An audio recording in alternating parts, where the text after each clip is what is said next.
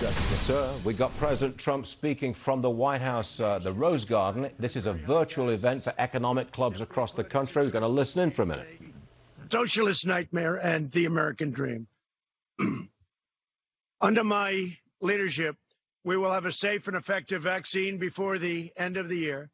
We will swiftly defeat the China virus, end the pandemic, bring back our critical supply chains, and lift our economy to unprecedented new heights. If the left gains power, they will shut down the economy, close our schools, delay the vaccine, prolong the pandemic, and impose the most extreme policies in the history of our country. Let's review the record. When I joined you in person last year, our nation was enjoying the greatest economy in history. There was nothing like it. This was a stark contrast to the prior administration, which delivered the weakest recovery since the Great Depression. It was weak and it was sad. In my first 3 years, real income for the typical family increased $6,000, more than 5 times the gains during the entire previous administration. Think of that, 5 times the gains. Income for Black Americans grew 9 times more under my leadership than during the 8 years before I took office. Their policies punish American workers. My policies promote American workers. At the end of the last administration, the Congressional Budget Office projected fewer than 2 million jobs would be created in 3 years. Well, we did a little bit better than that. We created 7 million, and actually it'll be close to 8 million jobs by the time the final numbers came in. We lifted 6.6 million people out of poverty, achieving the largest poverty reduction in modern U.S. history. Poverty rates for African Americans and Hispanic Americans reached record lows. Inequality declined dramatically, a complete reversal of the Obama years. My policies have benefited those who need it the most. The bottom 50% of households saw an astonishing 40% increase in net worth. Wages rose the fastest for blue-collar workers, African American, Hispanic American, Asian American. Unemployment all reached their lowest levels ever recorded. The last administration sold out American workers like never before, and they sold them to donors, special interests, and globalists. And if you take a look, we have probably plenty of them watching right now, and I understand where you're coming from, but it didn't work out too well with me. We succeeded by reversing those cruel and heartless betrayals. Instead of rewarding companies for outsourcing jobs, I implemented massive tax cuts and regulation cuts to keep jobs, opportunity, and wealth in America. The tax cuts and the regulation cuts were the biggest ever recorded in the history of our country. Instead of waging war on the American energy, we unleashed American energy to make the United States the #1 producer of oil and natural gas on earth. Instead of corrupt and horrendous trade deals written by lobbyists and special interests, again, some of you, I negotiated pro-American trade deals based on the principles of fairness and reciprocity. Very important. I ended the NAFTA nightmare and signed the brand new U.S.-Mexico-Canada agreement into law. I've taken the toughest ever action against China's chronic trade abuses that we all know so well. I immediately canceled the last administration's job-killing Trans-Pacific Partnership, and I renegotiated the South Korea deal, which was a disaster. China unleashed the virus onto the world, and only a Trump administration will hold them accountable. And if this administration, if I don't get elected in a little while, 20 days, China will own the United States. I can tell you that. When the China virus arrived, we launched the largest mobilization since World War II. To defeat the virus, I'm breaking through every obstacle, cutting every piece of red tape, and moving heaven and earth. The FDA has been fantastic. They're approving things in 1 week that would have taken 2 years. I'm not interested in making friends in the corrupt media, and it is corrupt. My sole focus is protecting American lives and making lives good for American people. We'll beat this virus and we'll eradicate this pestilence and all of the things that happened to our country, our lives, and our planet. Our aggressive and early action saved up to 2 million lives. If you look at the original numbers, it was projected at 2.2 million lives. We're at 210,000, and one is too many. It should have never happened, should have never been allowed to happen by China.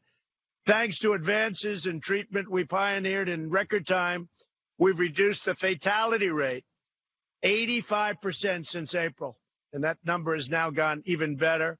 I'm also working to get emergency approval for the powerful antibody treatment I received that has shown extraordinary promise. As you know, a week ago, I wasn't feeling so hot, and I had a drug, Regeneron, that it made me feel very good very fast. I think it's, they call it therapeutic, but I don't think it was therapeutic. I think it was a cure. For me, it was something that was very good. Now, who knows, maybe it would have happened anyway. Maybe I would have recovered beautifully anyway. All I know is once I had Regeneron, it worked out very well.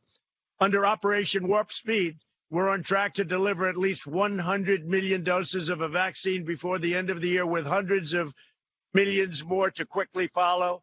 Our military will be delivering it. We have the best people on earth in our military, and we will deliver the drug. We will deliver the vaccine rapidly.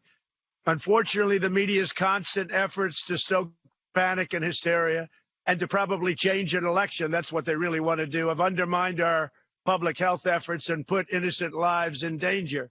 They will not have success in changing the election. They tried that 4 years ago. That didn't work out too well. Americans should be trusted with the facts, the data, and the truth. For the young and healthy, the risk is exceedingly low. 99.98% of those under the age of 50 survive. The average age of those who succumb to the virus is 78. And usually that is a person who's 78 but has bad heart, diabetes, has other problems. That's why we're so focused on protecting elderly and higher risk Americans. Our groundbreaking therapies have significantly improved outcomes for elderly patients. But I will not rest and I will not relent until all American seniors are safe. That is my sacred obligation. I love our seniors. I love our country. At the same time, we must allow lower risk Americans to resume normal activity. The unscientific lockdowns pushed by left-wing politicians are needlessly destroying millions of lives. They decimate livelihoods and lead to suicide, drug overdose, depression, heart disease, delayed medical treatments, and reduced life expectancy. The cure cannot be worse than the problem itself. And that's what a lot of states run by Democrats have done to their people. And it's turning out very, very bad for them. These lives must be protected as well. The recent months, I have also acted swiftly to rescue the U.S. economy with an unprecedented $2.5 trillion in aid. We delivered over $160 million in relief payments for hardworking Americans through our Paycheck Protection Program that all of you are familiar with. My administration has approved over $650 billion in forgivable loans to more than 5.2 million small businesses. It's been a savior. This action has saved our supported 50 million jobs, and we think that number is going to be, when it's finally put down in actual fact, we think it's going to be even more than that. We increased unemployment benefits by $600. When Democrats failed to extend this assistance, I provided up to $400 a month in continued relief. I froze student loan payments, stopped evictions, suspended payroll taxes, and delivered $500 billion to save major U.S. employers, including airlines. As a result of these decisive actions, the U.S. has been both the smallest economic contraction it has seen. Think of that. With all that we've done and all the countries out there, some great and not so great, we've seen the smallest economic contraction and the fastest recovery of any major Western country. I hope people are taking note of that. And it's not even close. We've created a record 11.4 million American jobs since May. That's another record. Under the previous administration, It took 30 months to recover more than half the jobs lost in the crisis. We surpassed that milestone in fewer than 5 months. Just a few months ago, most experts were projecting unemployment well over 10% through the end of 2020. Instead, we've already cut unemployment below 8%, something that it took the last administration over 3 years to do. Jobs have been recovering 23 times faster than the Obama recovery. Remember that, 23 times faster. And I know these numbers must be true because they were given to me by the great Larry Kudlow, who's sitting on my left. Consumer spending is almost 10% higher today than before the pandemic, and automobile production has recovered 100%. Home sales are at their highest reading since December 2006, and home builder sentiment is the highest in recorded history. Think of that. The highest home builder sentiment in recorded history, and we're in a pandemic. And I will tell you, we're rounding that final turn. If the left gains power, the recovery will be terminated and the economy will be destroyed. They've told us their exact plans. Left-wing politicians have pledged a $4 trillion tax hike, which will destroy our country. And this will raise taxes on 80% of our taxpayers, cut the child tax credit in half, which is $1,000 per child, and punish working families. The highest business tax rate in the developed world would be created, sending millions and millions of jobs out of America into China and various other countries. They'll be thrilled if we do what Joe Biden wants to do, but it's not really him that wants to do it. It's other people that are at a much higher level than Joe. Re-entering the job-wrecking Paris Climate Accord, eliminating fossil fuels, shutting down fracking. All over the country, they want to shut down fracking. We are right now energy independent. They want to close up, shut down fracking. And enacting the ridiculous Green New Deal, which will cost $100 trillion, which is more money than this country can make in 100 years if everything went perfectly. Democrat lawmakers sponsored legislation that would outlaw the private health insurance plans for 180 million Americans. So you have these private plans that people love. They've negotiated, they've fought for, they went to different companies, all great companies. They have plans that they love, 180 million plans, 180 million people. And you know what happens to them? It's over. They take it away. The Democrat platform would suspend all immigration enforcement and give free health care and mass amnesty to illegal aliens. The problem is our country can't afford it. And as soon as you announce that, millions and millions of people, despite the wall, which is almost finished, and by the way, paid for by Mexico, despite all of these things that we've done, millions of people would flood into our country. This would obliterate Medicare and would totally demolish your Social Security. Democrats in Washington are also pushing a plan to abolish the suburbs by eliminating single-family zoning and linking federal highway grants to a federal takeover of local zoning. Your suburb will be gone. The American dream will be gone. This plan will devastate the property values of millions of middle-class homeowners, including the majority of African-American, Hispanic-American, and Asian-American households who live in the suburbs. The policies of the left would unleash a long-lasting economic catastrophe of unimaginable proportions. And I know I'm speaking to some Democrats, and some of you are friends of mine. You will see things happen that will not make you happy. I don't understand your thinking. I don't understand how you can be backing such policies, but you're wrong. I can only assume it's habit. You've been there for a long time, and it's habit, because they will destroy this country. Our country will go into a depression, the likes of which we have not seen since 1929, and maybe worse. So keep backing them, but you know it's wrong, and I really do believe it's only habit. That's the only reason you can be doing it. Under my continued leadership, we will continue our V-shaped recovery and launch a record-smashing economic boom. We will end the pandemic with a safe and effective vaccine. create 10 million jobs in the first 10 months of 2021, where we're going to have a phenomenal year.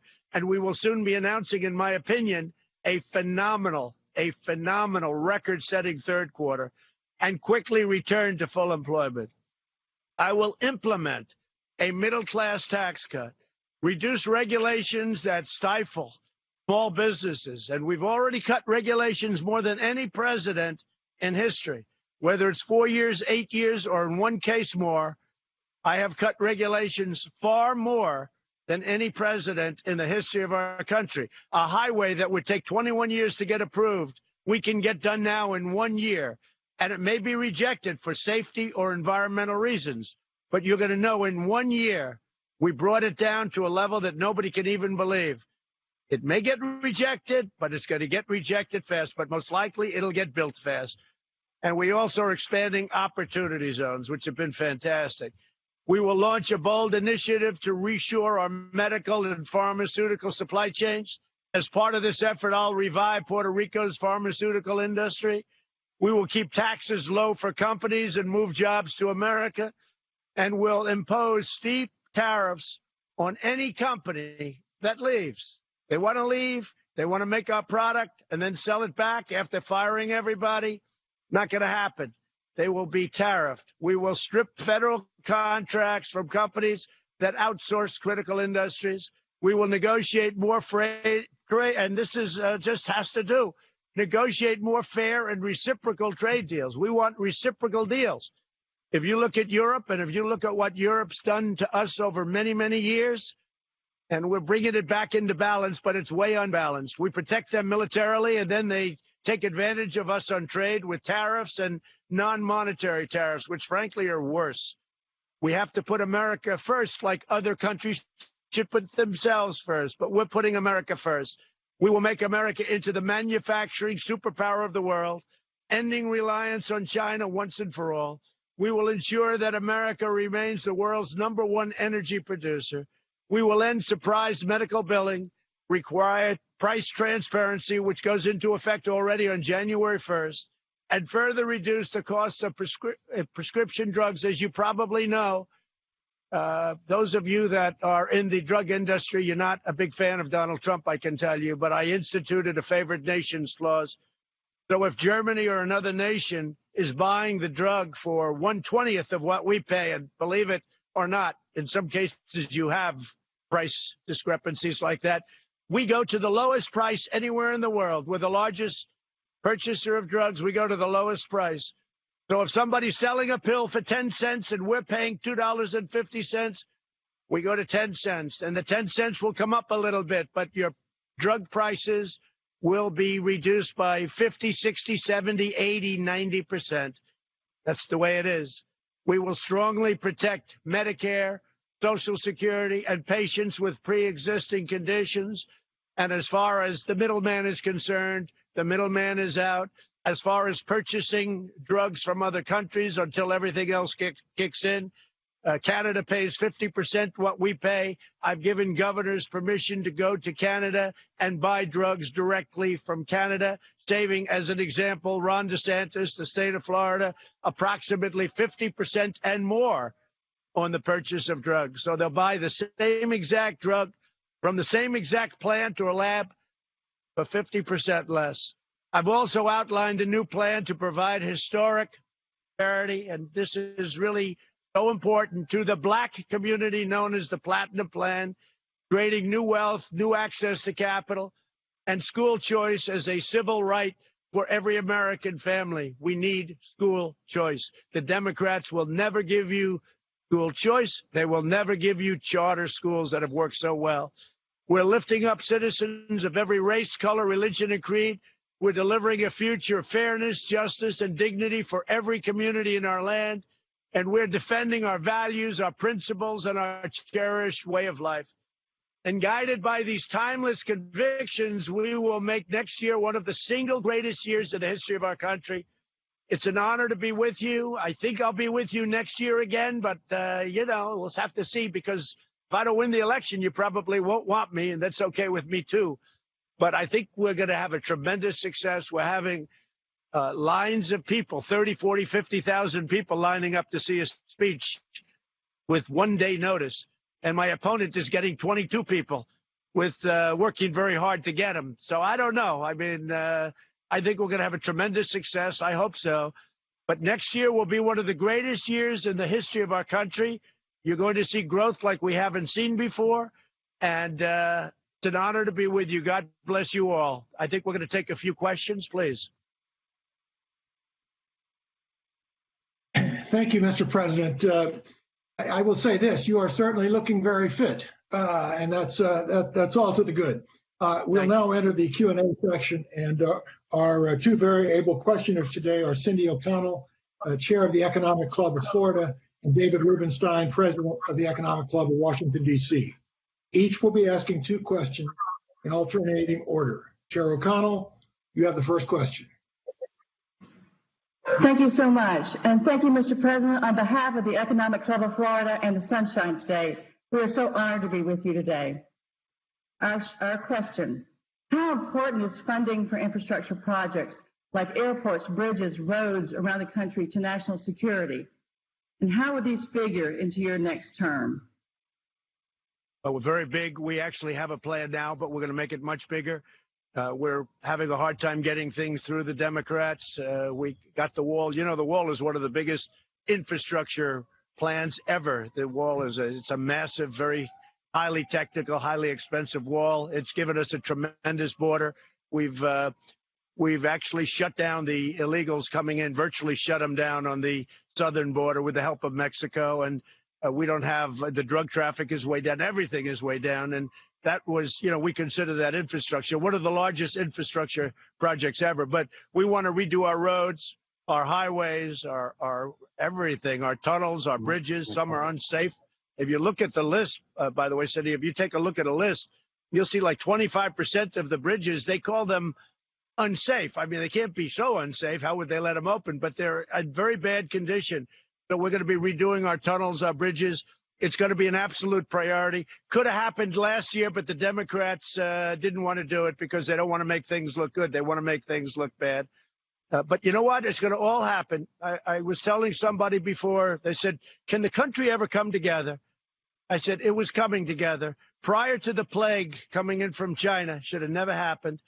Prior to the plague coming in, people were calling me that were not calling me for years, were not calling Republicans for years. And the people were called, they wanted to make deals. They wanted to get together. They saw what was happening. And basically, success is going to bring us all together. And we're going to have even greater success now. We had to spend money to get there, but relatively speaking, not much. We're going to have even greater success now. But success is going to bring us together, and infrastructure is a big part of it. Mr. President, thank you for speaking to us. I have a question for you about the federal debt. We have $27 trillion of federal debt now. If we have another stimulus bill out of Congress, are you worried that the entire amount of federal debt will be too large for us to pay off in a sensible way? Well, you and I talk about federal debt a lot. I know it's on your mind. It's certainly on my mind, David. The one thing I will say is we were starting to, prior to the plague, we were starting to get that number down. You know, we were getting that number. The interest rates were so low, and we were seeing things that on such a positive scale. And then we had no choice but to put money in. Otherwise, you had to put money in. You had to force money in because of the pandemic. But we were starting to focus on that very, very deeply. We were making it long term. We were getting ready to pay off interest. We were getting ready to pay off debt. And a lot of good things were happening. And then when, you know, all of a sudden you're running a country and it's going beautifully, you have the greatest economy in history, and you're in a position to start thinking about paying off large chunks of debt. And then all of a sudden something like the pandemic happens, right? The plague. But no, it's very concerning to me, and we're going to start doing that. I think you're going to see tremendous growth, David, and the growth is going to get it done. We'll take care of it. It's very much on my mind as it is yours. It's one of the first questions you always ask me. It's one of the first questions I always talk to you about. And the sad thing is we were at the point where we were getting ready to be able to do it, and now I'll have to wait a little bit longer. But we're going to have an economy that will be just as good or better, and that'll be next year. Thank you. Thank you very much. Mr. President, how would taxpayers here and around the country be better off financially with 4 more years of a Trump administration? Well, the big thing is the taxes are much lower. Look, we've brought in, David can tell you, because we talk about this, many companies have come to this country that would never be here if we didn't cut taxes. That's corporate taxes. But we also cut middle income taxes, and we're going again for a big middle income tax cut. They want to raise taxes, and they want to raise it on nonsense. You know, the Green New Deal, if you look at the individual points of the Green New Deal, it's insane. It's just absolutely ridiculous. Let's take down buildings and build buildings with smaller windows because they're environmentally more efficient. The whole thing is insane. And at first I thought it was just a political hoax, but they actually want to do it, and they will destroy our country. So we are low taxes. We are going to continue to be low taxes. We are low regulation. And by the way, I believe strongly in regulation, but not where it takes 21 years to get a highway approved. I believe in regulation where it takes 1 year or 2 years, and that's what we have it down. So you're going to have low taxes. One of the things I spoke with farmers today, and, you know, we take it for granted, but the estate tax, they call it the death tax, the estate tax on farms, small farms and businesses, we got rid of. There is no tax. They want to put it back on. The Democrats want to raise taxes to a level, quadruple, basically, but to a level that nobody's ever seen before. And that's bad. But what's even worse is they then want to take all that money and they want to squander it on this Green New Deal nonsense that was made up by a person that has no environmental sense, that has no sense, period. It's purely political. And I can't even believe it's good politically. But we are going to be cutting taxes further. And that includes business taxes, but it includes especially middle income taxes.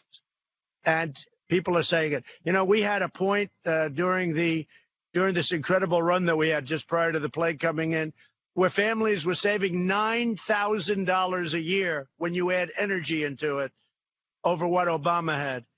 And that was something, but it's still, the number's a fantastically big number. Big difference. Mr. President, final question. Some industries have been very hard hit by the pandemic, like the cruise industry, the airline industry, the hotel industry, the restaurant industry. When do you think those industries will be able to recover and be back to where they were before the pandemic? Yeah, it's one of the toughest questions because, you know, that this was a vicious pandemic, a vicious disease, especially if you're of a certain age, et cetera, et cetera. I know people in the cruise industry, they were sailing high. They didn't have a problem in the world. All of a sudden, they're fighting for their lives. Same thing with hotels and other industries. We are trying to help them. It's going to happen. I think the vaccine is going to be a big factor. I also think it's rounding the turn with or without. It's just rounding the turn. It will get back. We are trying to help, and we're trying to get some stimulus money, which I think is very important for certain industries, certainly the airline business. You know, people aren't exactly hopping into airplanes to travel. And then you go to Europe and you have to quarantine for 2 weeks. Who's going to do that? Is there anybody in the world that's going to do that? So we're working with other countries. It's all going to come back. This thing is going away, and it's all going to come back. But in the meantime, I'd like to see the Democrats loosen up a little bit. You know, all they want to do is bail out their badly run cities and states. They want bailout money. They don't care about the worker. They don't care about the people. They want bailout money. They want trillions of dollars of bailout money so they can bail out New York, California, all these states that frankly need more help than that. That's why we're going to do very well this election in those places. They need more help than that. But, David, I can tell you that those industries, they were great industries, and right now they're suffering, but they'll be back. And I think it'll be much sooner rather than later. I want to thank David also because I'm looking at the Washington Monument and the Lincoln Memorial. I'm standing here and I'm saying I always think of David now. I think of David sometimes more than George Washington when I look at the Washington Monument because he really did a fantastic job. He saved it. He made it great. And I promise nobody's taking it down, David, okay? That I can tell you. Nobody's getting close to it. Thank you. Thank you. Thank you, David. Thank you, everybody. Thank you so much for giving us a great overview. And Cindy and David, thanks to you as well, your time. Thank you very much.